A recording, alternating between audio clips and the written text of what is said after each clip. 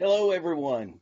Welcome to Poetry at Tech for the Atlanta International Poetry Festival, an evening of Chinese poetry and translation. I hope you and yours are well and thriving wherever you are. I'm Travis Denton from Poetry at Tech. I'm glad you're here. We have an audience tonight from all over the United States and the world. If you'd be so kind, please take a moment, write in the chat where you are tonight. Before we get moving, I want to thank our partners, Jonathan Stallings at Oklahoma State University and the Mark Allen Everett Poetry Series at Oklahoma State. And huge thanks to Kaveh Akbar and Purdue University. This event would frankly not be happening tonight without such an exciting partnership. And of course, we can't forget to thank the Poetry Foundation for their generous and ongoing support of Poetry at Tech and this programming. I want to take a moment also to thank our tech wizard, Ganda Prasad, who has put all of this together. He's behind the scenes, pushing the buttons and making all this work. So thank you so much, Skanda. I also want to thank the family of Margaret and Henry C. Bourne and Bruce McEver for their generous gifts that keep Poetry at Tech going and growing year after year. Here we are in our 20th year, and after bringing more than, it's got to be more than 325 poets to Poetry at Tech in the Atlanta area so far. We've got a grand evening of Chinese poetry and translation ahead of us tonight. Here's Ilya Kaminsky. Tell us more and to get us started. Hey, Ilya. Hey, Travis, thank you so much for all you do for poetry and for your own poetry, of course. Hello, France. At Poetry at Tech, we began this series of international events just about 2 years ago with German poets and some poets from Belarus as a part of our ongoing Atlanta International Poetry and Translation Festival. And we are thrilled to collaborate with Oklahoma State and Purdue to bring this evening to you. Before I hand it over to Professor Jonathan Stallings, I just want to remind you all, please remember that only 4% of work published in the United States is work in translation. 4%. And that includes everything. It includes microwave manual. The actual literary fiction and poetry is a much smaller number. What do we compare it to? Well, if you compare it to Sweden, half material published in Sweden, 50% is literature in translation. Which is why evenings like this are so important, to open up the borders. Translators remind us to stop looking in a window so much and to stop looking in a mirror so much and open a window for a change. So thank you all. And it's my pleasure to welcome Professor Jonathan Stallings from Oklahoma University.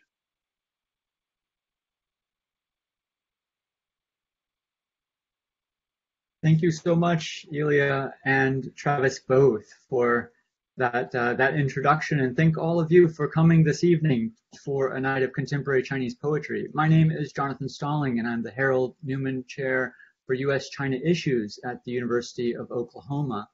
I'm also a co-director of the Mark Allen Everett Poetry Series, which has brought poetry to Oklahoma for over a decade.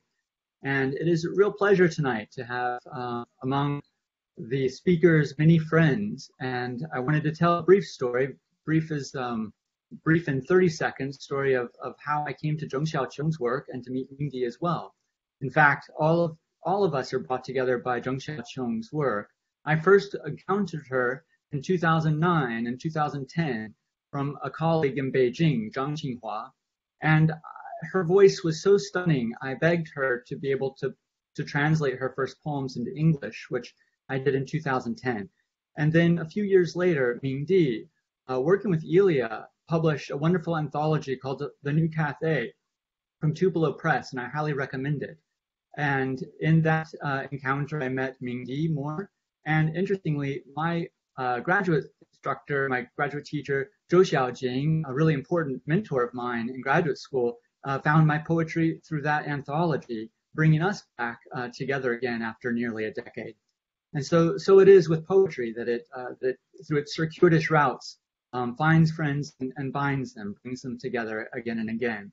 I'm really excited for all of my students and all of Kave's students, Ilya's, and everyone else get a little bit of both Mingdi's poetry and also Zheng Xiaoqiong's poetry this evening. I think you'll find it as stunning and as revelatory as I have.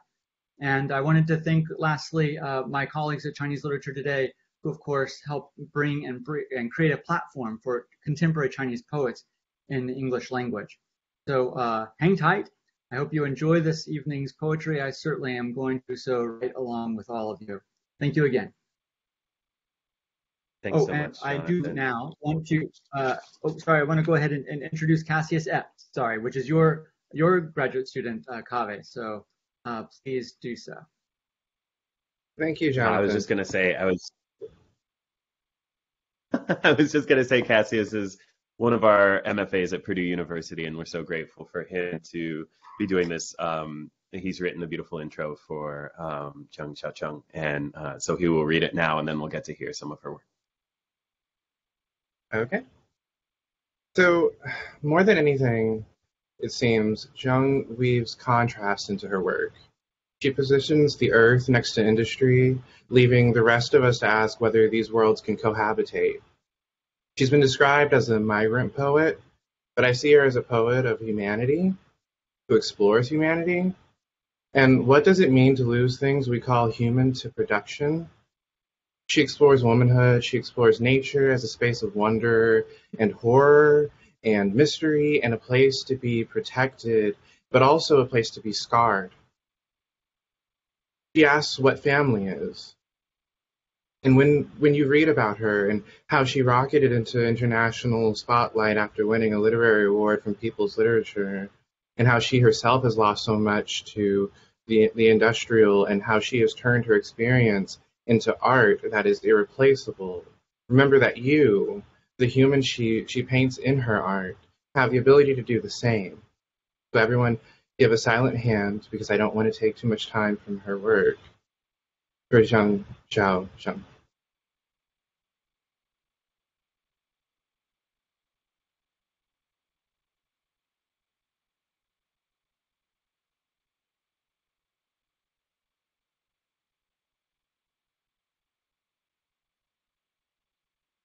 So, is this for Zheng Xiaoqiong to read now? No. Yes. Oh, all right.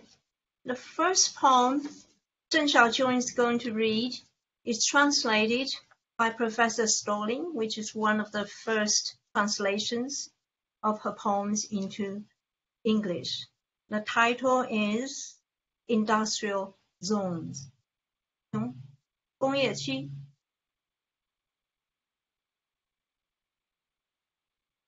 你现在可以朗读工业区，小琼。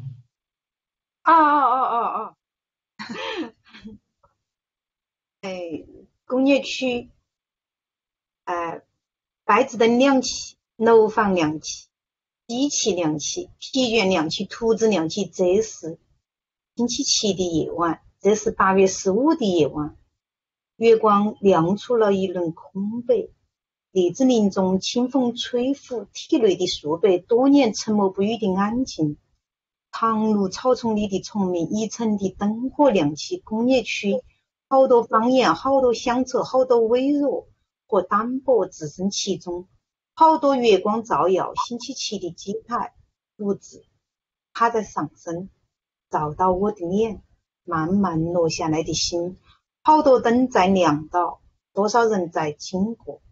置身工业区的灯光，往事机台，那些不能言喻的月光灯光，以及我，好多渺小，小如零件片，灯丝用微弱的身体温暖工业区的繁华喧嚣，而我们有过的泪水，喜悦疼痛，那些辉煌卑微的灵魂，被月光照耀，收藏，又将被它带远，消隐在没得人注意的光线。谢谢。Yeah. So next, I'll read in English. Industrial zones.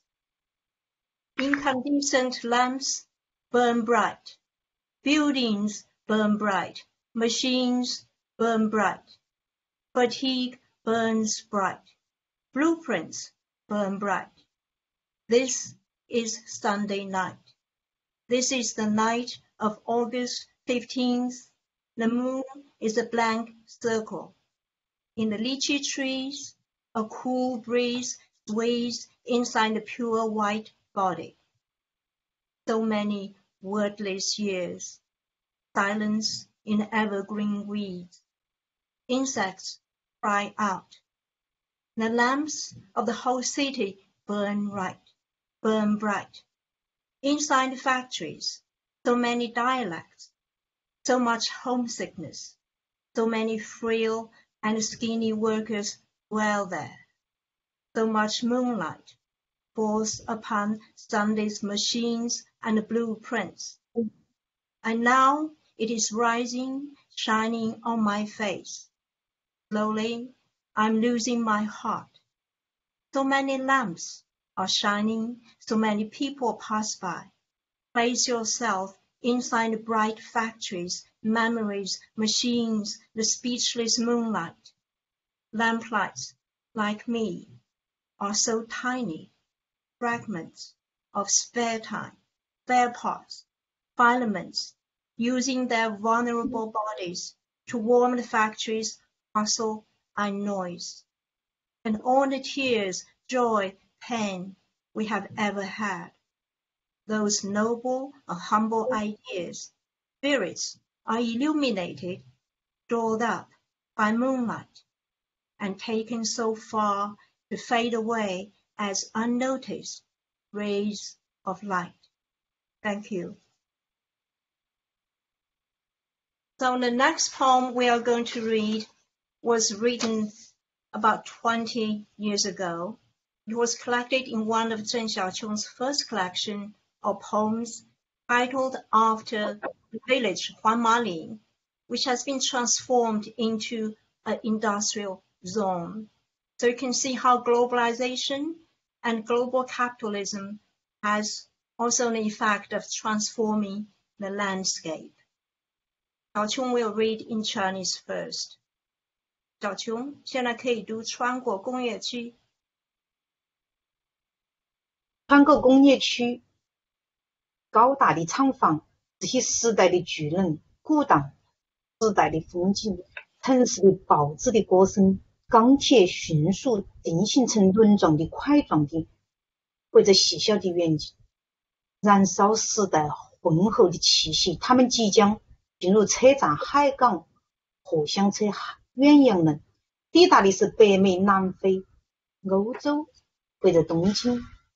时代之铁、之铜、之金、之塑胶、之布匹，在这里如香蓉点菜，定格成生活需要的肌肉，丰满有力的肌肉带到这个村庄的体温以及它亚热带的智慧，在车床、刨床、模具、注塑机、缝纫机上洗礼、剪断、成型，它们的驰骋、光亮、反复的检验，成为轮子、螺丝、胶片、玻璃镜、衣袖。他们反复在寻找组合完整，成为不分离的夫妻、兄弟、父子，成为汽车、计算机、时装、鞋子。他们印上梅德因起来了，沿着丝绸之路，正和子阳出发，带到词的精致，头的柔软。一个沿海村庄的激情，从流水线机台出发，带起外乡渔工青春的温度，一个搬运男工汗水的热量，带到黄马林的阳光雨水，抵达巴黎、伦敦、圣彼得堡、佛罗伦萨或者纽约、芝加哥，抵达黄种人、白种人、黑种人的衣食住行用或者娱乐。穿过工业区，穿过亚热带的树林，穿过光明，穿过树木、花朵、机器、锅炉、发电机、高压线，穿过外来女工的脚踏、歌唱，穿过工庄的劳动者、西装的经营者，穿过我绿色的乡愁，穿过劳动和和城市，一些阳光正照在工业区上方的字上，年轻人快朝世界的方向奔跑。 Thank you. One of the characteristics of Xiaoqiong's poetry for me is the connection between the local and the global. I hope you will hear how it is captured in this poem. Passing through industrial zones. All factory workshops are gigantic wheels of the times. Vibrating in the landscape of our epoch are songs of the urban leopards, iron and steel swiftly turning into circles, squares, or tiny crystals that burn and smell a vigorous atmosphere of our era. They will soon, one by one, enter train stations, harbors, cargo carriers, ocean-going vessels, arriving in North America, South Africa, Europe, or Tokyo. Our centuries iron, copper, gold, plastic, cloth are here to be cast, inlaid, melt, cut, tailored, set into muscles, formed and powerful, an everyday necessity, carrying with them the bodily temperatures of villages and the wisdom of subtropics, to be baptized on lathes, planers, molds, plastic injection molding machines, sewing machines, where they are sheared, molded, every inch inspected multiple times under bright light, made into wheels, screws, film, glass mirrors, garments. After repeated searches, assemblages, integrations, becoming inseparable like couples, brothers, fathers and sons, turning into cars, computers, fashionable clothes, and shoes. Labeled made in China, they depart along the Silk Road or Zhenghe's oceanic routes, carrying the delicacy of porcelain, the softness of silk, the passion of a coastal village, leaving assembly lines and machines with the warmth of female migrant workers' youth, the heat of a porter's sweat, the sunshine and rain of Huan Maling village, arriving in Paris, London, St. Petersburg, Florence, or New York, Chicago, reaching yellow people, white people, black people, providing them with daily necessities, entertainments, passing through industrial districts, subtropical forests, brightness and happiness through grass, plants and flowers, machines and furnaces, generators and high voltage wires, through women migrant workers' gossips and songs, through workers in overalls and businessmen in suits, through my blue homesickness, through labor and contemplation.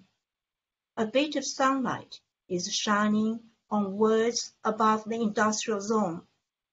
Young people, quick, run toward the world.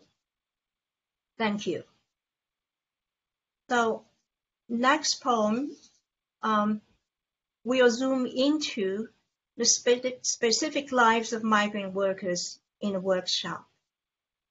And this one is titled Midnight Rain. 小琼，零点雨水。哦，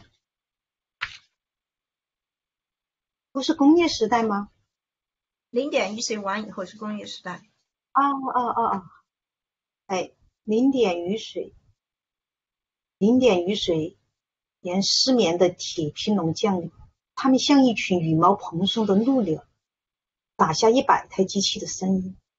零点的雨水不想睡眠，他们在机台边，机器里下，冰状的、块状的、电形的雨水贴上了标签，黄色的来自美国，绿色的来自法国，灰色的日本，淡蓝的意大利交错重叠，与我一个四川女工，凝望回忆零点的雨水，跟我有相同的姓名漂泊。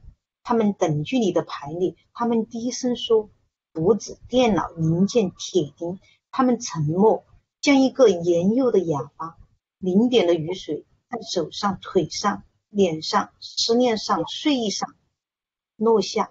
他们尖如卡中的嘴，有着铁的肠胃，密密麻麻吞噬爱恋、青春、时间。他们是赤橙黄绿青紫，是一个寻找家的名词。玉碎走着，在我的血液间。他们是一个外乡的寄宿者，从深夜梦境飘过来。我必须伸手接住他，接住他和我的脆弱。一语眺望，我们在异乡的深夜，有着同样的潮湿，同样繁华事情的念，同样贴黑的静默。零点雨水，我与他深情的对视交谈，只有我们自己才能听见。 Thank you. Midnight rain. At midnight, rain falls along insomniac iron cages, like a flock of egrets with fluffy feathers, showering down moons on 100 machines. Rain at midnight is sleepless. It pitter-patters on the machines, falling like nails, lumps, and strings, stamped with labels.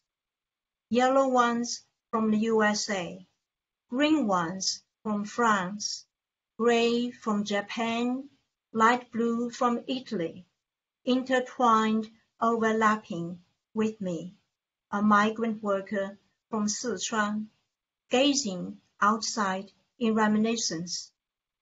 Rain at midnight has a name like mine, Wanderer. Its water lines up with equal distance, whispering blueprints, computers, spare parts, iron nails, silent like a useful mute.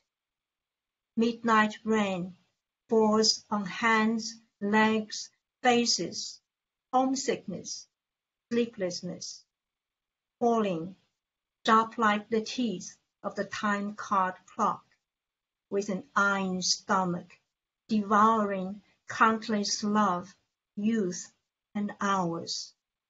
Its rainbow color is a nun, looking for a home. Rainwater is moving in my blood. It's a stranger lodger blown over from a dreamland in the deep night. We must stretch out our hands to hold it and my vulnerability. Sleep talk, faraway gaze. Our dark night in a strange country has the same moist, blossoming childhood, same silence like dark iron. Midnight rain, I stare at each other with deep feelings. Our conversation only I can hear. Thank you. The next poem we are going to read is titled Age of Industry. It shows that, it shows what it means to have, in China, to have factories called factories for the world. And the workshop, the workplace, has become a kind of global space. And with that, the workers in this particular global space also develop a sense of global subjectivity, which is very different from the citizens of the imperial empire, right? They have a sense connection to the world about their position as migrant workers. 小琼，工业时代。工业时代，梅子厂的机台运转巴西的矿井，组装的铁块来自德国的车刀，修改法国的海岸线，韩国的货架上摆满了意大利的标记，比利时在角落整修出色，西班牙跟新加坡在检测，俄罗斯被搬运工放入仓库，核废洲在于露天场的原料，治理的订单如它的国土那么狭长。我的四川方言有些守旧，江西话更难听懂，福建的闽南话跟台湾人交谈，粤语的香港只是停靠站。如果我愿意，把印度、阿拉伯、阿富汗、巴基斯坦安排在澳大利亚附近，伊拉克、美国紧靠以色列搬运到加勒比海总国中央，英国和阿根廷握手，日本、墨西哥在这个工业时代，我每天忙碌不停，为了在一个工厂里和平地安排好整个世界。Thank you. Thank you. Age of industry. Japanese machines in American invested factories carry iron produced in Brazilian mines. Lace tools from Germany reshape the coastal lines of France. Store shelves in South Korea are filled with Italian labels. Belgium is waiting in the corner to be sold. Spain and Singapore are being inspected. Russia has been put into the warehouse by transporters. Africa is standing in open-air square as natural resources. Orders from Chile are narrow and long like its territory. My Sichuan dialect is somewhat old-fashioned. Jiangxi dialect is harder to understand. Minnan dialect of Fujian is conversing with Taiwanese. Cantonese speaking Hong Kong is only a halfway station. If I'm willing, I could arrange India, Afghanistan, Pakistan in the vicinity of Australia. Put Iraq and USA side by side. Move Israel to the middle of the Caribbean. Make England and Argentina shake hands. Japan and Mexico. In this industrial age, I am keeping busy every day for the sake of peacefully arranging the world in the factory. Thank you. So in this global space, it's also space where people from all over China mix people with different dialects. All right. The next poem, we are going to focus on one of the poems from Zheng Xiaoqiong's collection of women migrant workers. Perhaps you already know Zheng Xiaoqiong was a migrant worker for 7 years. She experienced exile, displacement, the dehumanization in a workshop. So one of the things that happened to them is that they are called only by their work numbers or the position on the assembly line. They are not even called by their names. So for Zheng Xiaoqiong to reclaim the individuality and humanity of the women migrant workers, he named each of the poems about the life of a particular woman migrant worker by their own name. And in this collection, there are about over 90 poems, about 90 different migrant workers. And those are part of what I would call a new kind of disposable labor produced by global capitalism and industrialization. And this is one of the poems Xiaoqiong she's also beginning to write fiction. So this is one of the poems she's working on novella. She has published one based on the migrant worker, Zheng Xiaoqiong. The title of that novella is called Killer Woman, How a Migrant Worker Became Someone Who is Accused of Murdering Her Own Daughter. So she's continued to write stories about them in a form of fiction. 竹青你或者我在生活的洪流中只是细小的流沙，被带往遥远的城市，接受陌生的风景，不管愿意不愿意，我们必须接受工厂的一切，在裹挟中从摇摆到改变，朝不可预知的方向流动。风在流浪中锐裂成风景，生活变成生下来就得活下去。破碎的道德风俗在陌生的工业区楼群消失，你没得法返回过去的模样，也没得法把握住现实，剩下愤怒，成为对真实的渴望。那些日子口口交谈，成为内心一小块风景。我们不断向生活的深处前进，现实嘲笑我们，我们原以为会走向更广阔的城市，可不幸走进狭小的胡同。5年前，我们在网络上交谈，偶尔相见，有相同的看法。没得言，我们热爱世界，对庞大的事物有莫名的忧伤。这些意味啥呢？立场偏左、偏右的知识分子看法，他们好像不适合我们的身份。从乡村到城市的农民工，某些时候，周围的人会觉得我们的争论有点诡异，好像不应该出自我们的口中。我们讨论的应该是省直发财流水线。面对工业，我们嘲笑北，对这些我们报以微笑，却充满悲伤。2个办公室女工不关心办公室政治和勾心斗角，而对体制充满热忱，这本身是对生活的奔跑。5年后，我们偶然相见，你已丧失对过去一切的兴趣，谈论香水、车辆、美容店、LV 皮包，生活总是令人期待。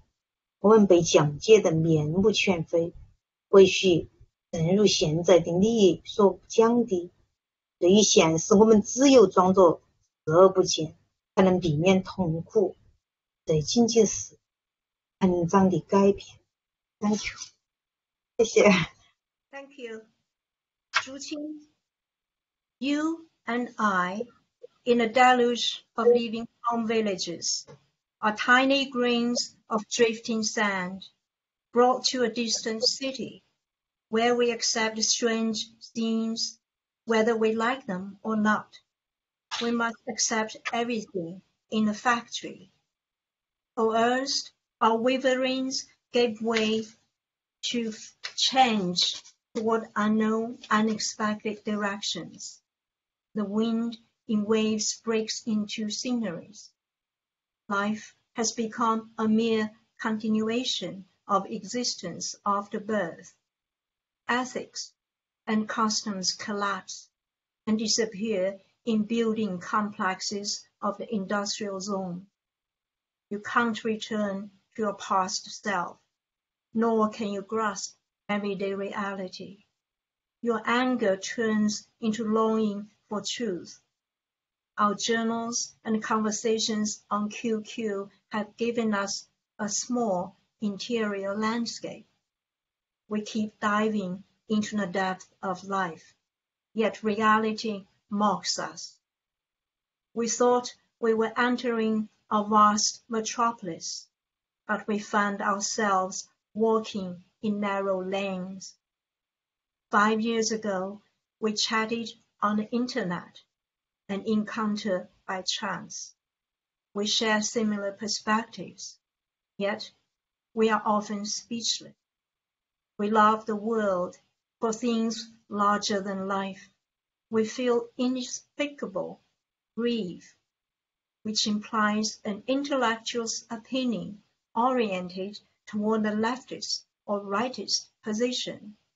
Is unsuitable for our identity of migrant workers from the countryside to the city. Sometimes people around us find our debates a bit suspicious, as if what we say shouldn't come out of our mouth. Instead, what we discuss should be promotions, getting rich, assembly lines. Our fellow workers laugh at us. We smile in return with sadness. We too factory office workers are not interested in office politics or intrigues. We are enthusiastic about the social system. This is a betrayal of life itself. 5 years ago, we ran into each other. You've lost all your past interests, talking only about perfume, cars, beauty shops, LV purses. Life is always exciting. We've been subdued and altered beyond recognition. Perhaps, as you are saying now, when facing reality, we can only pretend to be blind in order to avoid sorrow. This is just a sign of maturity. Thank you. I hope we have time for a last poem. In order to show the range of Xiaoqiong's very versatile skills, subject matter, style, and forms, this poem is a prose poem that evokes 2,000 years old Chinese poetic tradition called 楚辞, and that draws on local folk legend and cultures. You will see what I mean when we read it. 小琼，入楚。入楚，三国隐于水泥地板，庄家的化学药品前。穿豹皮的勇士去了城市，剩下那头金钱豹已尸骨无存。几具退却的河流、汤浦、艾草，一朵盛开的红花，隐于时间之中。日月星辰，风雨雷电，春夏秋冬，云海苍穹，正化作一支箭，越过沼泽金泉，尘土载错，命中注定的鸟兽虫鱼们，花树藤蔓们，它偏执于相对安好的命运。灶台鸡笼的神，遇鬼、遇魅、遇妖精、遇花鼓腔调中的菩萨与亡灵。一只苦闷的鸟深入湖泊的深处，它来自远古，有兽样的面孔，它沿京广线漂泊，出川入楚，它怀抱原始的直角，返回一只鸾鸟的原形。就是隔得太远，隔了几个轮回，剩下苍茫的记忆，在一棵苦楝树的树枝杈间寻找人世与兽面的花纹。入楚，它是回到前生的眸间，江鬼或者裸女，在巫的气息里，人们对它的回忆已成为山，成为水，成为河，成为日上俚语。花主燃烧它的脊柱，天空飞来古代的鸟鸡，800里的湖泊，干涸的滩头，洒满白花花的时光。山洞中的传说入水，原来是一只鸟掠过它的翅膀入楚。入楚之穷鲁，入楚之乾坤。它白色的翅膀划过一道道乌的痕迹，在光的波澜间，万物正呼吸、怀孕、孕育、分娩。入楚，它黑暗的记忆不断衔接着前世，返回那些完好无损的巫咒与裸语。它在尘世间隐匿，隐匿了它数千年轮回的鸟翅，隐匿了它的兽面，剩下记忆不断在梦境中返回前世。万山已入暮，唯有白雪喧哗着黑夜。谢谢。 Thank you. Entering the kingdom of Zhou. Mountain spirits are hiding beneath cement floors and among chemical drugs. Warriors wrapped in leopard skins have gone to the cities. The only golden leopard left is nowhere to be found, except rapidly retreating rivers, calamus, and wormwood. one blooming lotus flower is hidden in time. Intertwined and changing are the sun, the moon, the stars, wind, rain, lightning, and thunder, spring, summer, autumn, and winter. A sea of clouds and a firmament. All are moving like an arrow over swamps, wells, springs, fields, land, houses, and manors, while destined birds, beasts, worms, fish, flowers, trees, vines, and ivies tenaciously seek a relatively safe, steady existence. The gods of stoves and chicken coops raise ghosts, demons, and spirits, nurturing Buddha and the souls of the dead in the flower drum tunes. A dejected bird flying into the deep recesses of the lake is from ancient times immemorial. It has a beastly face. It drifts along the Beijing-Guangzhou line, having left Sichuan from the land of Chu. Holding on to primal instincts, she is returning to the prototype of a phoenix. The old world is too distant, beyond several reincarnations. Only vast and vague memories remain. She searches for patterns of the human world and beast's face among twigs of a chanaberry tree. Entering Chu, she feels as if she were returning to her former life in the eyes of her past incarnation. Ghosts of Xiang or women of Niu in the atmosphere of sorcery, people's memories of her have turned into mountains, lakes, rivers, and everyday slangs. Fancy nuptial candles burn her spine. From the sky comes an ancient bird with memories. The beachhead of the 800-mile lake is dried up. It's covered with scattered white, glistening hours. The legend, weighing 3 tons, sinks into the water. It turns out to be a bird gliding over. Her wings are entering the domain of truth, entering the heaven and earth of truth. Her white wings sweep across the ghostly tracks of wizards in waves of light. All under heaven are breathing, conceiving, growing, and giving birth. Upon entering truth, her dark memories continuously connect to her former lives, returning to those perfect, intact incantations of sorcery and a new language. She's hidden in this earthly world, hiding her wings of thousands of reincarnations, concealing her beastly features. Her memories continue to return to her past life in the dreamland. 10,000 mountains are veiled by twilight. Only white snow hammers in a dark night. Thank you. That's all.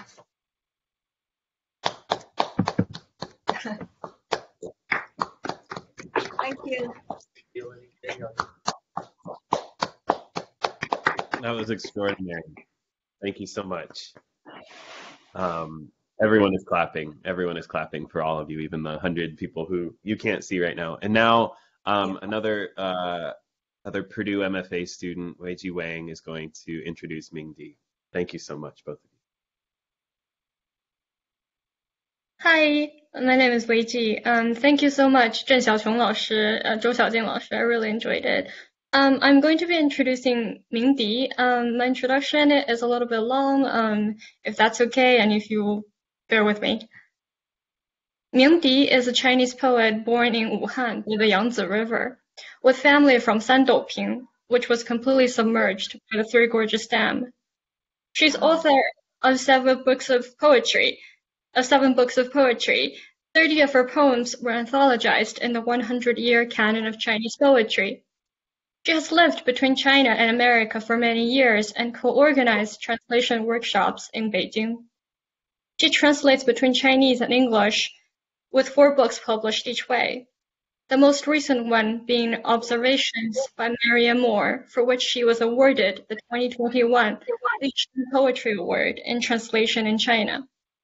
She has edited and co-translated New Cathay, Contemporary Chinese Poetry, New Poetry from China 1917 to 2017, and Poetry from the Yangtze. Some of her poems have been translated into English, French, and Spanish. She experiments with concrete poetry and writes on silk, strings, paper fans, and sheets of cloth to preserve a tradition from southern China. The city in which Mingdi was born, Wuhan, was the first city worldwide to be affected by coronaviruses. And many of us here may know Wuhan, the city, because of the pandemic. But Mingdi's poetry allows us a new connection to the Chinese city as well as the Yangtze River. River Merchant's Wife, Changganxing, is a collective of poems by Mingdi, made available in English through her collaboration with several translators. The title is taken from a poem with the same name by Li Bai, known otherwise as Li Bo. And the titular poem in the collection is also in conversation with a translation by Ezra Pound. Li Bai's poem is a narrative composed of time capsules. It dawns the perspective of a young woman and details how she came to wait for her husband, return from a prolonged journey. The poem ended on a hopeful note. No matter how far it is, the woman will travel to meet her husband. In River Merchant's Wife by Mingdi, the poet describes rather what happens after the woman trudged the distance and found no one there in waiting. The poem then transmogrifies into a confluence of personal history and ancient mythology. Elsewhere, the ripples of the first River Merchant's Wife can also be glimpsed. Many poems take the form of a narrative and revolve around the encounters and interactions of two. The two protagonists can be the narrator and her mother, but it can also be the translator, between the translator and the poet. The two protagonists can be the narrator and her mother. At times, the exchange happens between a woman and her lover who is a sea apart. The second section consists of poems named after great composers such as Franz Liszt and Richard Wagner. The poems are private dialogues, so to speak, between composers and the poet, coming to fruition through the act of listening. The motif of two and doubling is recurrent. We see a sky with double moons and a child with the name Double Double. Mingdi's poems speak to longing as well. The long distance from separation alerts the narrator to her surroundings, to time passing, and to space shifting. The poet often invokes fish, a water creature of seas and rivers. Mingdi writes, I quote, from a poem in several drafts, at 5 a.m., you shaped me into a fish and put me back into the water. Unlike what Li Bai did with his poem, in which seasons provided an anchor of time, Mingdi does away the constraints of order. She scatters and mixes seasons and creates cycles in which its constituents are interchangeable. What takes over is personalization and reinvention instead. In this pleasant chaos, there is time for meditating on poetic language and syntax, which is rendered figurative and bodily. She wrote, I'll fall out of order, then into lines. And adjectives have failed. You look for the verb, unconsummated, but it doesn't drift or vibrate. Please join me in welcoming Mingdi. Thank you very much. Thank you. I'm so touched by Weiji's introduction. I will just show you very quickly what she. Travis, can you turn me on? Travis? I can't see. I'm sorry. Can you see me? Your video is on, Mindy. Skanda? Yeah, I can see Okay. Thank you very much, Weiji. I'm so touched by your introduction. Can you see me? I'll show you something. We cannot see you, Mingdi. Could you try like turning the camera off and on from your side? Skanda, because Skanda put everyone away. Is Skanda still here? Yes, we're on it. Mindy, we have your camera on, but we're not seeing any video right now. I can see you.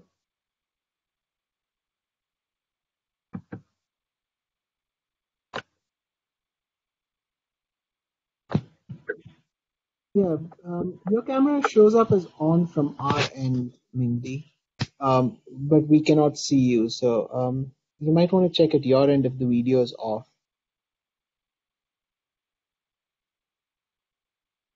I'm logging again.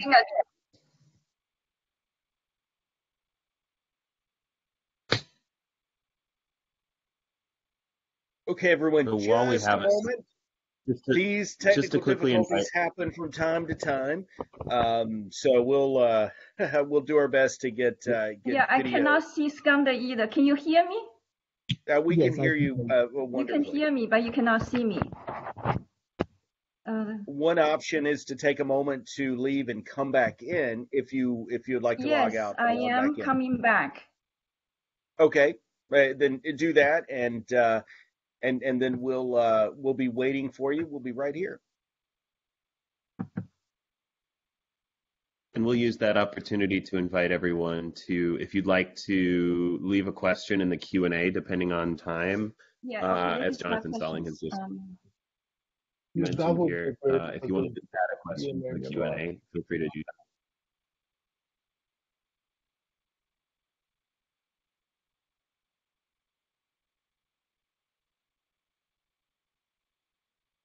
All right, has Mingdi exited just yet?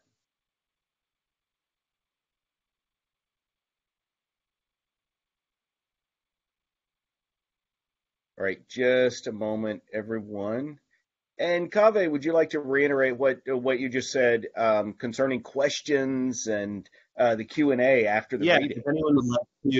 If anyone would like to pop a question in the chat for Zhu, for Zheng Xiaoqiong, for Mingdi, we'll have a little bit of time at the end, though, depending on how we're doing on time, we might not be able to do it, but oh, there's Mingdi. Okay, great, brilliant. So I'll stop talking now. But if you'd like to put a question in the chat, feel free to do so.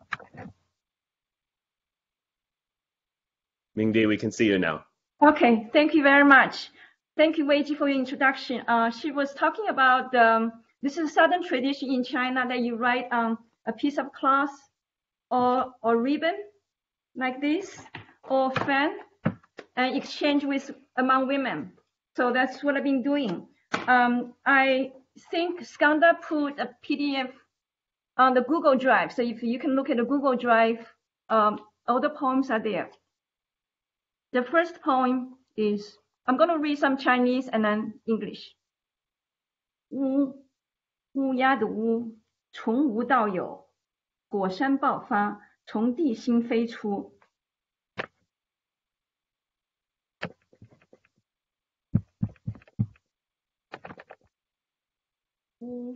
Like a crow flying out of the center of the earth in a volcanic eruption, was born from nothing. It flew high with black mineral scraps and fell as a mountain, stretching the three gorges that gave birth to gorges and gorges, a mountain range. One headed east and flew to Japan. One headed west to Sichuan, Tibet, and West Asia. One flew south to Fujian, Taiwan, Southeast Asia, Australia. One went north, Siberia, Americas. The bravest Wu had stayed in the land of Chu. They danced and danced into witches and shamans. One shaman in a black cloak, as if a crow with eyes closed, waved 9 songs and heavenly questions, the universe of shamanism only crows could reach. The shaman, the crow, and its shadow, circling the sky and earth, 3 bodies in one. Yesterday, 3 crows came to my yard, shiny black, spirited. I watched them fly in the air, chasing each other, like the Kingdom Chu conquering Kingdom Yong, defeated by Kingdom Qing. Wu, my Chu, from nothing to nothing. And so Wu is crow, similar with bird except with no eyes. And Wu as shaman, homophone, same sound. And the title is a non-existing word. And we come down to the second poem, 战斗瓶，失落在水底的故乡。一个被挖了祖坟的人，还能够与谁说话？大水兮兮，爷爷你在哪里？你在水底，还是被冲进了太平洋？山斗平 My hometown submerged in the river. Who on earth can I talk to when my ancestors' graves are gone?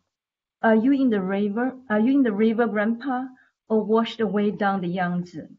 I didn't get a chance to kowtow before your tomb when you were buried again in the water. But I know you didn't go far. You are guarding the ruins of our home. A hometown is always a hometown, full or empty at the bottom of the dam, where darkness will be lifted by the sunstone in your hand, the stone of 7,000 years old, from your grandpa's grandpa's grandpa's grandpa's. One must die twice to live again. Qu Yuan exiled twice and jumped into the river twice. He lives as a statue in his temple. You refuse to exile or migrate. You died the second death for the 3 gorges dam. You live in the name of Sandoping, the 3-star slope, a name that has disappeared from the map. You live to be reborn with the extinct dolphins, silkfish, and sturgeons. Climate changes and changes, the earth plates migrate, stars and mountains migrate. You stay there in the orange grove, looking up at the stars mapped on your body. Oranges flow, Yangtze River dries and flows again as Pacific Junior.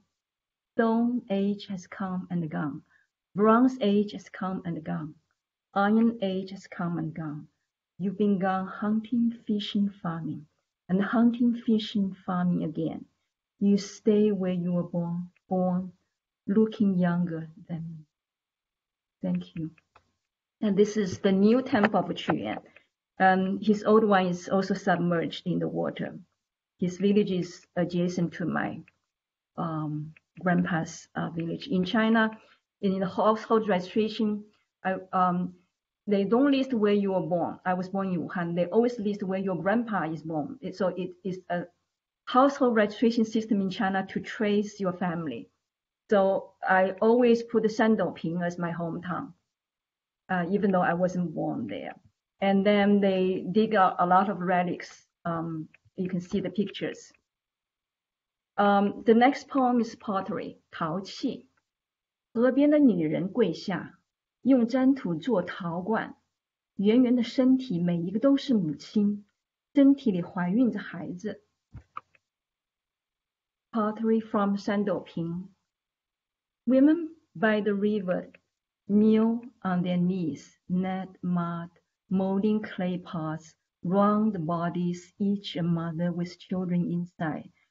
They kneel to pray, the mothers molding clay, humans, blessings from the sky. They carve the names of each blessed child. The earthly clay pottery, round ground, each a goddess. From the round bodies of motherly goddess fly out children and peach blossoms that grow from flat tablets to round pots on which they carve birds, lightning, flying fish, rain, grain, growing blossoms, born flowering fall, all buried underground, broken bodies, whispering to the stars. In Chinese, pottery and the peach flowers, peach fruits are homophones. They have the same sound, 陶 as pottery and 陶 as peach. And I have some more photos to show what's being discovered from my hometown. They were epigraphs, symbols, words. The next poem is Yichang. Also, Sandoping is a town. Yichang is the big city. The big city has many cities and counties. A total of 116 towns and villages and counties have been submerged into the river. 4 million people have migrated. Yichang. This is on page 11. It's a visual poem. 昌昌昌，日日日，口口口，户户户，诗诗诗，口口口。The glossary says, Chang as Yichang, which is double sounds. Interestingly, there is a place in Chile, it's called the Changchang, and the meaning of their Changchang is a double sound, 2 sounds, exactly same meaning as the Chinese words. And they always wonder where they're from. 日 is for sun, which is double mouth. 口 is opening and the mouth. 户 family. 诗 corpse, dead bodies. 口 silent mouth, which also resembles the shape of a sealed grave. My grandparents are underneath the dam in the water because all the graves 15 years older are sealed with cement, stay there. Graves less than 15 years old can be relocated to new cities. The next poem is Hanging Coffins that Marco Polo didn't see. Look at the picture, those coffins. I will skip this poem, it's a little bit long. That's a tradition in southern China, not only my hometown. This also happened in Fujian, Philippines, southern China, and Southeast Asia. That coffins on high cliffs. The poem is about how they got that high. Either the water level was that high, or they tried to stay away from the animals, or they tried to send the body to the sky. So there are many reasons. The next poem is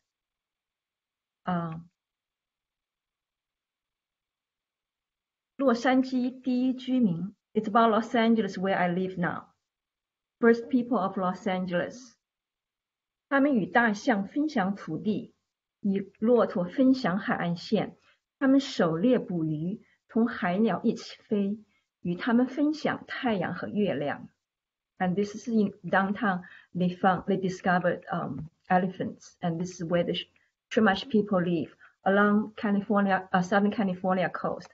700 square miles, similar to where was submerged in China 10 years ago. It's about 600 square miles along the midstream of Yangtze River. Yangtze River runs from Tibet to Pacific Ocean. Three Gorges is the midstream of Changjiang. First people of Los Angeles. They share the land with elephants. They share the coast with camels. They sailed with fish and soared with birds. And with all of them, they shared the sun and the moon. Elephants have died. Camels have died.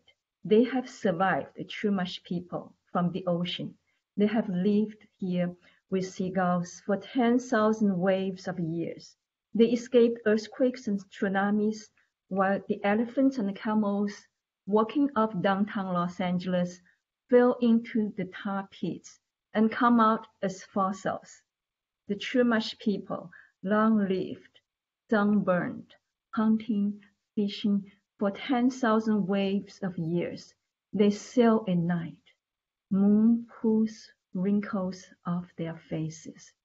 When I see Chumash people, I always they remind me of the indigenous people along the Yangtze River, hunting and fishing, like Chumash people.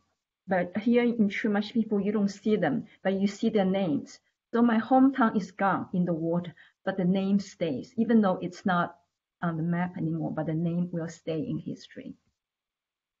And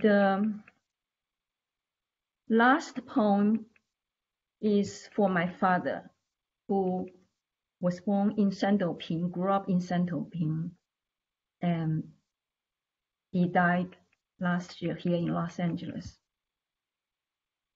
Sailing for my father.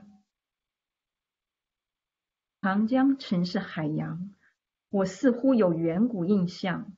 我划着独木舟，顺着暖流，顺着方向，瞬间到了加利福尼亚，才知道所有的江河海洋相连相通。Sailing. In my ancient memory, I sailed across the Pacific in a Tomo canoe. How quickly I reached California through a warm current. I saw all the rivers and seas were connected. How far my home looks now in the midst of the three gorges, where hanging coffins suspended on the cliffs. By the two sides of the river, Yangtze must be flowing like a rainbow 1,000 tides of years ago. I wait for the coronavirus to subside. I will take your ashes home, my arm in the wind, like a sail in the high sea. Thank you very much. Thank you. Thank you.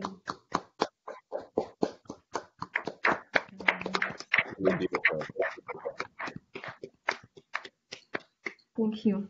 Thank you, Weiji, again. Thank you so much. Thank you. Thank you so much. So we have about 15 minutes left of the event, and Purdue MFA student Monir Gholamzadeh has some questions for our readers and our translator.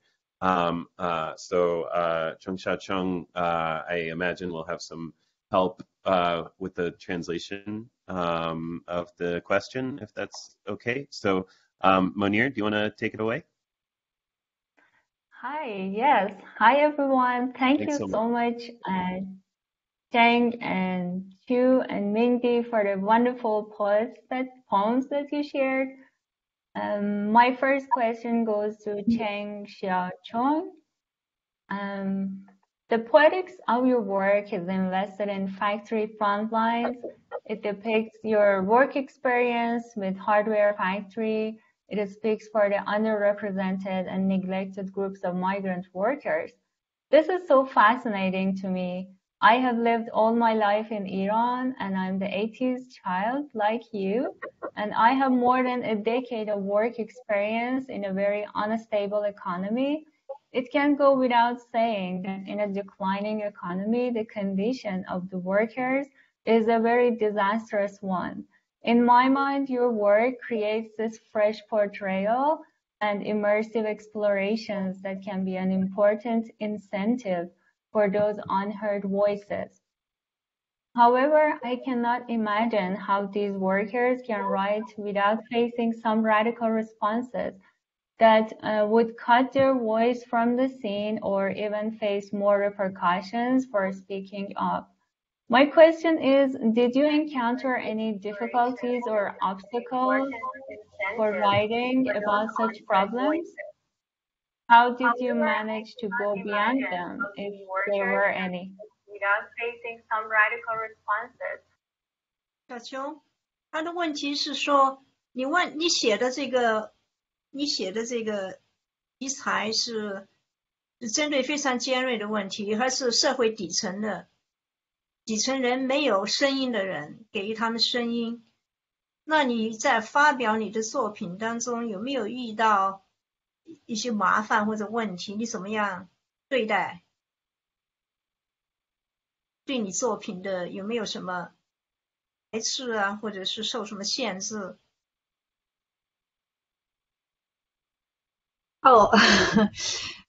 就是我觉得自己的写作我觉得很幸运，然后因为我写出来，然后有很多就是喜欢我的作品的人，然后也有然后他们努力的然后帮我去推荐出版，然后就是最重要的就是有一个花城出版社的林贤志老师，他特别喜欢我的诗，然后就是因为他在出版社，所以他就通过他自己的这个出版的这个平台，然后极力的去推荐我的诗，我的很多作品，然后都是在花城出版社出版的，像这个《女工记》，然后就是还有这个郑晓琼诗选，然后还有这个《玫瑰庄园》，基本上都是林贤志老师帮我推荐出版的。我觉得就是有，因为认识了他这样的人，然后因为我当时写作的时候，我就把我的作品寄给他，然后他一看就特别喜欢，然后我就觉得他就是说，因为出诗集还是不容易的，然后我作为一个写诗的人，然后他就很用了很多的这个自己的就是像他们的出版社，然后去做推荐。因为有时候出一本诗集，因为当时我自己是一个籍籍无名的一个写作者，然后要出版特别不容易，所以我就觉得作为一个写作者，你就拿起你自己的笔，你有什么感受，然后我觉得你就放松的去写，然后别的就不要去考虑，我觉得自然会有喜欢他的人，然后去帮助你出版出来。然后我觉得因为不管就是如果比如说后来我有遇到那个周老师啊，那个石江山老师啊，我就觉得我不想去考虑就是说你写作的时候会不会遇到什么麻烦，出版的时候会不会遇到什么麻烦，因为我觉得对一个写作者来说，我觉得他不要去考虑这些事情然后我觉得有些声音应该要发出来，而且也必须发出来就是我自己的一个这个感受吧Thank you. You are right. It's not easy for me first starting as a nameless, unknown poet, publish poems about those people who have no voice. And I was lucky to be found by some editors in a very important position in the presses, like the Flower City, and who really promoted my work and enabled my work to be published. Several books were published by the same press. As a poet, I believe in writing about what I think is most important, and no matter what happens after my publication. That is very important to me, to write about what matters. Thank you. Thank you so much. My next question goes to Ming Di. Yeah. Yes. In a poem named Visiting Kafka's Old Time in Prague, from your collection, River Merchant's Wife, there is this reference to Kafka's small living place as a cave, where the persona bends down to enter, which I interpreted to be out of respect to the stance of the writer. Then the poem interrogates about those writers in exile or migrant writers who are not citizens of their country, but are excluded from the country's literary canon, or the literary temple, as the poem refers to. Would you be willing to make an observation regarding being a migrant to have an effect on your poetic imagination and its overall relationship to the inscription of this specific poem? Thank you for the question. So the poem about Kafka, I think it has double meaning. It's a very small door, small house, low ceiling. You do have to bend down a little bit to go in there, and especially there's a visitor in the same group that actually did that. And the other meaning, of course, is to show respect to him.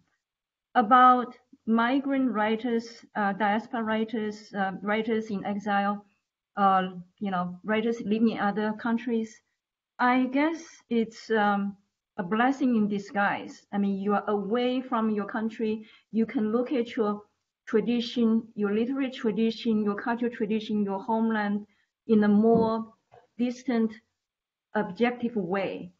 And you actually look at your own language, you actually feel closer to your own language. Some people can lose their language if they live too long in another country. But if you keep writing in your language, your mother tongue, I mean, you use your mother tongue daily, and you have a different way of looking at your mother tongue. For me, I write visual poetry, and there are very few people in China who do visual. They take things for granted. They take words for granted. They take tradition for granted. They take everything for granted. But we are outside. We are strangers. We're not attached to anything. So that's an advantage for migrant writers. Thank you so much. I have a second question for you. Your work has achieved an interdependence between elements of nature and human. Images from nature are so wonderfully interweaved with the persona of the poet, and then clearly the demarcation between the human and non-human being is blurred in your poems. The ending of a poem named Begonia Flower, A Journey reads, I am begonia, I am a gardenia, a camellia, a rose. I will not bloom only once. Can you explicate on the engagement of your poems with nature? Thank you again for your question, and thank you for your close reading. I am touched. Those are my old poems in the River Merchant's Wife. I haven't even looked at the poems, but I know which one you're talking about. I'm still writing about nature.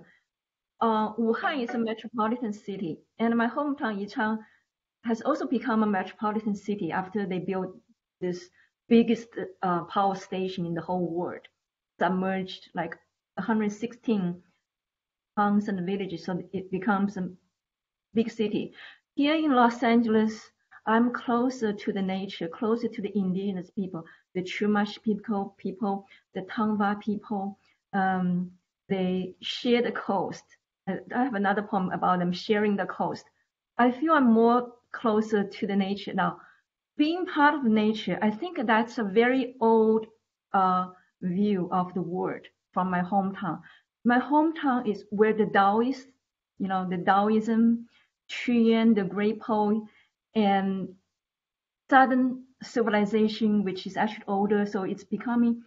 Archaeology has only 100 history in China, so we are getting more knowledge, more evidence to show the Southern civilization. In Southern civilization or in the Asian belief, humans are part of the nature. The Earth is part of the universe. You look at the Saturn, the Mercury, all the other planets. Earth is so small. I mean, even Asian people, even Chumash people or Chinese or Sumerians or Africans, people all over the world in ancient time, the indigenous people, they have knowledge about the universe, about nature, about the stars. Chumash people draw constellations, map of constellations, and they create calendar, and they carve on the trees. Now, being part of nature, meaning that you have to, aware about, it's your awareness of death, because it's a cycle.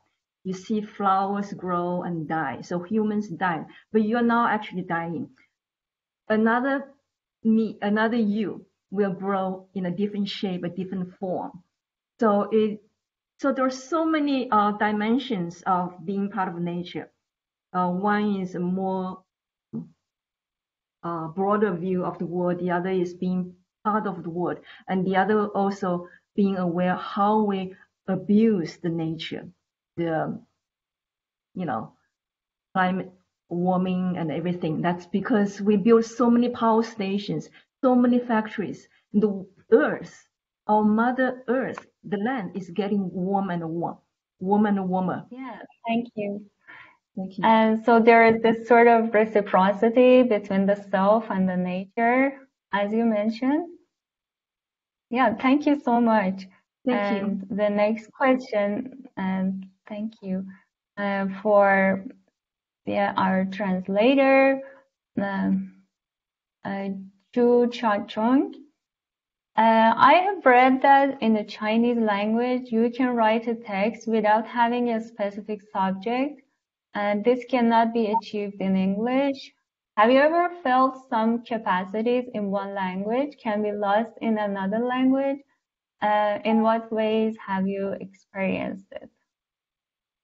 Thank you for your question. That is always a challenge, a struggle to translate from one language into another, especially from Chinese into English, because Chinese language is monosyllabic.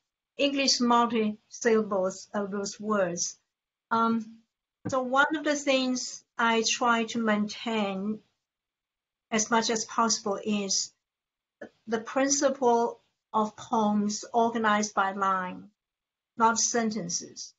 So in my translation, I'm trying to maintain that structure of the line and get those words down, and several processes coming back. First, you capture the meanings and the feelings.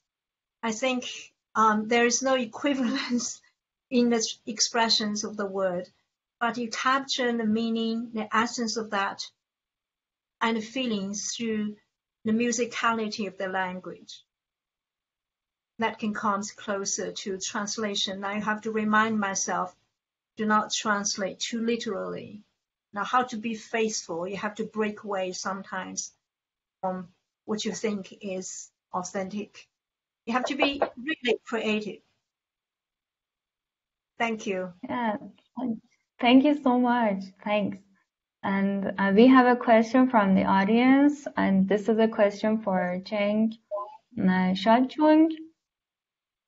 I found your seamless yet surprising moves from industry, machine to human, family to nature, dizzying, fascinating, gorgeous, and never sentimental or reductive. How did you arrive at this lively, hopeful perspective and aesthetic?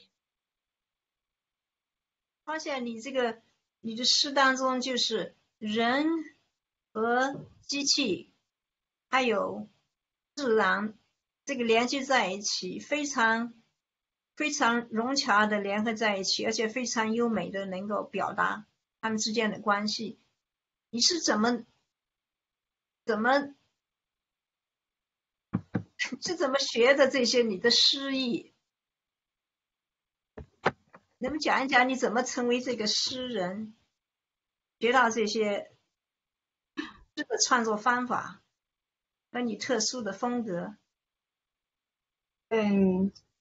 其实我自己那个时候读了书出来以后，因为会有工作，结果在家里面没有找到工作，然后因为有很多朋友在南方，就是广东、东莞、深圳这边，然后他们很早都在这边来打工了，所以因为有他们，然后我就来到了东莞这种城市，在这里，然后我就找工作不容易，有时候就是很长时间都找不到工作，然后都会面临饿肚子的时候，那个是20年前的事，2000年左右。然后后来我就找到工作，然后就是在流水线上有在塑胶厂做过，然后有在这个螺丝厂做过，有在玩具厂做过，但最后我在一个五金厂做的时间特别的久。然后当我所有的都安定下来的时候，我就开始去因为有完全跟以前不同的一种生活，所以你有很多然后想要表达的地方，因为在工厂里面上班，然后没有人交流，然后时间又特别长，所以说在这种情况下，然后就是我就有了，然后在下班以后如果有时间我就会去看一些杂志，然后跟我们生活相关的打工杂志，那个时候在那个工业区会有很多打工厨呀、佛山文艺呀等等等等，然后我就开始从这些杂志里面然后去寻找一种跟我自己现在打工相似的一种生活，他们在文字中的一种表达。就是然后因为那些杂志上面后面都有写我们生活的人，他们会留下自己的这个邮编地址，然后我有很多的这个想法，我就会通过写信的方式，然后寄给他们，然后他们也会给我回信，然后这个时候很多写作的朋友在东莞，然后他们也写诗，然后我就得到了他们的帮助，然后我写作的诗歌，然后我也寄给他们，他们也觉得很喜欢，就会在他们的这个报纸或者他们的杂志给我发表，然后对我有很大的鼓励。我觉得我的生活好像一扇窗口，然后被打开了，然后我觉得这个时候，然后让我就是更加的，然后因为在工厂的生活中会遇到很多很多，然后跟以前不一样的东西。刚才说了，我就会想着以前是写自己的故乡的，思念故乡的，有很多那种想说的话。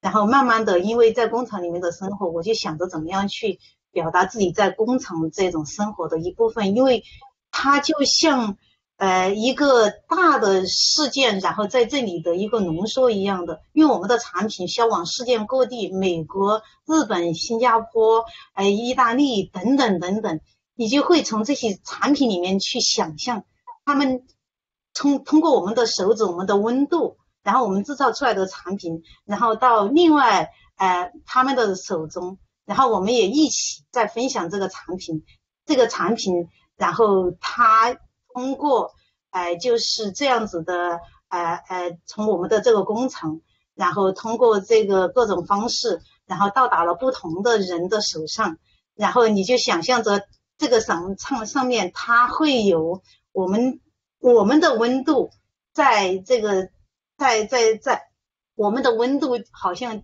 的一种流浪的这种感觉，然后会到另外一个人的手上，然后我会把很多的这样的一种感受，然后就是去想象，然后去怎么样把它在我的诗歌中去表达。这样生活工厂是很苦，然后甚至可能那个时候一天要上10多个小时，但是我觉得我们不能够丧失一种对美好的想象，对美好的憧憬，然后这种美好我觉得是需要你付出努力去抗争去争取的。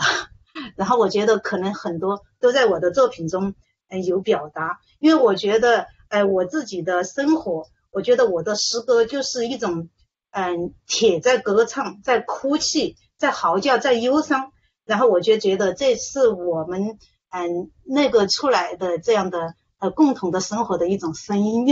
大概我就是这样子的一种写作感受跟历程吧。I hope I can remember all she said. I'll start with the last words. She said, I think my poetry is iron, speaking, sobbing, crying, and singing. When I graduated, I think from kind of trade college, I left home. It's a rural area for Dongguan in Guangzhou province. That Dongguan is referred to as the mecca of migrant workers. I looked for a job for a long time. Sometimes I went hungry because I couldn't find a job. Finally, became a factory worker. I found life very, very hard there. Long hours, over 10 hours a day. And it's a totally different kind of situation, a different kind of life. I want to write about my feelings, about this new perspective of the world I begin to see, because in the factory is also, as he mentioned in her poetry, it's like global space, the connections between her and other migrant workers and the rest of the world. At the same time, you probably are not familiar with, in China, there's a long tradition of literature. So there is also emergence with migrant workers, millions of them, almost close to the total population of the United States. they are also producing a new kind of literature, and they were publishing those, and there are many of those available just in the streets. So she started after work, she started buying all those magazines, journals, and read literature, short stories and also poems. Very often, those authors will leave their contact information with their publications. So she will read those, she'll write about her own experience, she'll reach out to the authors. So gradually she established this network with authors who are also migrant workers of publishing. So with that, it seems that opened a new window, a door for her to enter a literary world and make connections between the new workplace, a new world, to the literary world. And she also found that in a factory, life is very hard. It is very mechanical. It's dehumanizing. In order to resist that dehumanization by capital, by machines, you need to really resist that through imagination, through creativity and perseverance, to capture, retain, hold on to something that is beautiful. And that is through literature and poetry. So she says she's trying to find out the connections between humans, between individuals and people, and through the machines and the products. And so she's trying to capture all of that and the connections, and also living in the factories far away in a different situation also reminds her of what has been lost, like rural home villages. All those spaces have been transformed into industrial zones. Thank you. Thank you so much for the comprehensive answer. I think that was the last question for us. Yeah, I will hand it over to Carl. Thank you. Yeah, thank you so much.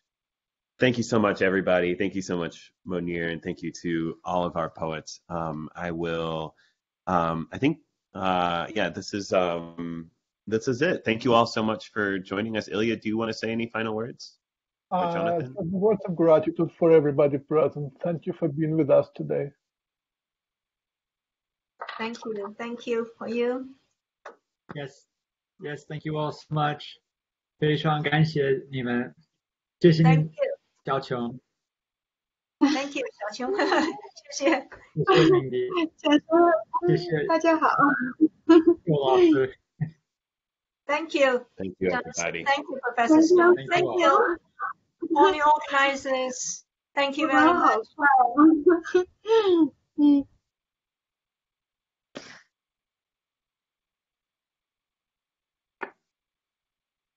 Brilliant. Thank you guys so much. That was brilliant. Truly brilliant. Thank you very much. 依依不舍的。Truly brilliant.